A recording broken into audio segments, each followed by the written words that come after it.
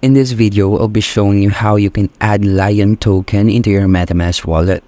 So as you can see, I'm already inside my Metamask wallet account. So first up is to head into the Ethereum mainnet since we want to switch to another address or network.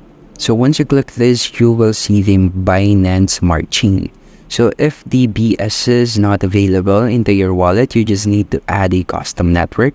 Just input the network name of BSC, its default RPC URL, the chain ID, the currency symbol, and the block explorer URL. So after inputting every details here, and then click the save, you will now have the BNC or the Binance Smart Chain network. So let's head into this network or switch. So as you can see, the wallet has switched to the BSC network. So once you switch into this network, you just need to click the import button on the right side of the screen and then search for the token, which is the Lion token.